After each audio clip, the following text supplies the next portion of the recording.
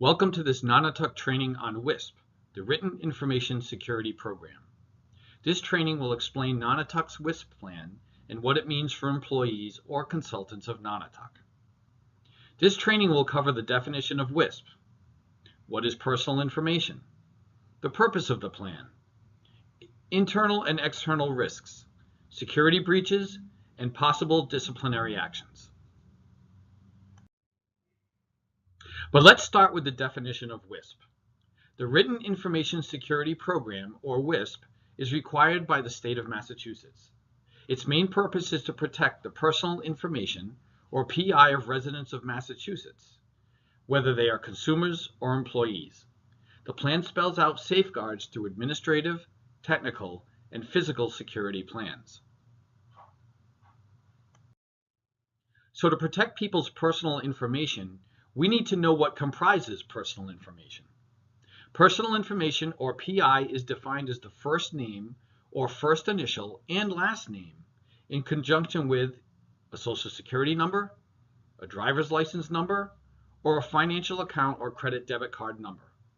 This would not include any personal information that is legally obtained from public information. Here are some examples of potential PI. Do these meet the requirements for personal information? Take a moment and think of these.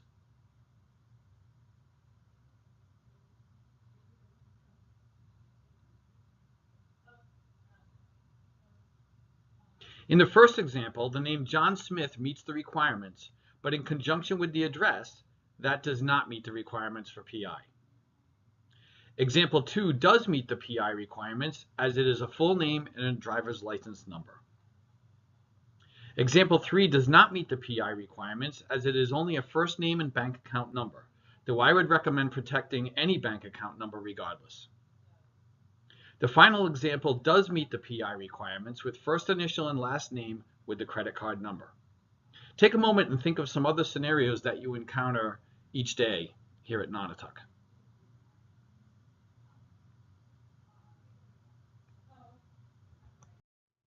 You now know what a WISP plan is and what constitutes PI, or personal information. So what are some of the purposes of the plan? The first purpose of this plan is to ensure security and confidentiality of personal information. We also need to be proactive and put practices in place to mitigate risks to security. We need to protect against unauthorized access to or use of information so as not to lead to identity theft or fraud. There have been examples in the news recently of data breaches where PI was compromised to include TJ Maxx and Equifax. You can Google these for more information.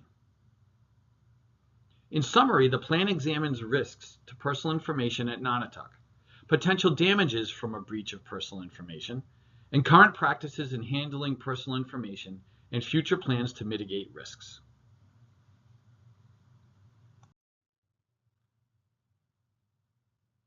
The plan calls for specifically designated data security coordinators here at Nonotuck. Those people are Jack Kelleher, Vice President of Human Resources, and Angela Procopio-Rahili, Executive Vice President of Quality Enhancement. They are responsible for the plan implementation, which has already happened, continually educating employees, this video being an example, testing the plan to see if it is viable and works, evaluating the ability of service providers to comply, and at least annually or as needed, reviewing the plan and the security measures in place. If you have any questions about data security, these are the go-to people. In the event of a data breach, it is your responsibility to contact them immediately. So to reduce internal risks and maintain adherence to this plan, these are some of the steps which have been put in place as part of this plan. Each employee will get a copy and must acknowledge so of this plan. When you do get it, read it. Disciplinary action, which we will cover later, will be taken against those who violate the plan. Nonotuck will collect the minimum amount of PI necessary. Access to records containing PI is limited to those who need it. Do not share passwords with other employees. This is one of the easiest violations to commit. If you don't have access to records you need, contact your supervisor. Also, it is your job to report suspicious activity in regard to anyone's personal information. Passwords will change every 90 days. Terminated employees must return all records containing PI in any form. Physical and electronic access will be blocked immediately. Employees will surrender keys, ID cards, access codes, and electronic equipment. Voicemail, email, internet access, and etc. will be blocked immediately. In the event there is an incident in which the state needs to be notified, there will be an immediate review of what happened and how could it be prevented in the future. Files containing PI must be locked at the end of the day. Each department has rules restricting physical access to PI, and PI is kept in a locked environment. Any questions on this should be directed to your supervisor. Some specific procedures to be followed at all Nonotuck offices. Record books are kept in offices and locked at the end of the day. If a record book needs to be taken out of the office, there should be a logbook kept and the program director informed. The book should be kept in a locked car out of sight, or if overnight, in a responsible staff person's home. The book should be returned as soon as possible.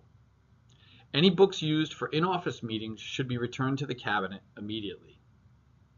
For paper files, all files should be kept locked in a cabinet out of view, and discarded files shredded at the end of the day. Mail should be kept in a secure location and distributed as soon as possible. Electronic devices are a big exposure for Nonotuck. These simple guidelines will help to decrease that exposure. Laptops must have passwords to log on. All cell phones require a PIN code. Passworded screensavers should be enacted on desktops and laptops. If you must store a laptop in your vehicle, it needs to be out of sight. One of our favorite subjects is printing and faxes. Who hasn't walked up to the copier and read through the stack of papers before picking up your print or fax job? Printed pages or faxes should be picked up from the machine as soon as possible. We just reviewed the internal risks to Nonotuck, so now let's look at a few external risks. Nonotuck has up-to-date network firewalls and computer security antivirus software in place. Emails containing PI and requiring encryption should be sent as such. Sending PI outside of Nonotuck's email system without encryption is strictly prohibited. PI should not be stored on a laptop or USB drive. If you must, though, the device must be encrypted to the extent feasible. Computer systems are monitored for unauthorized use and/or access to PI. All network users, including those with email-only accounts, have unique IDs and passwords. So what happens in the event of a breach of security? An immediate review of the events will be conducted by the data security coordinators.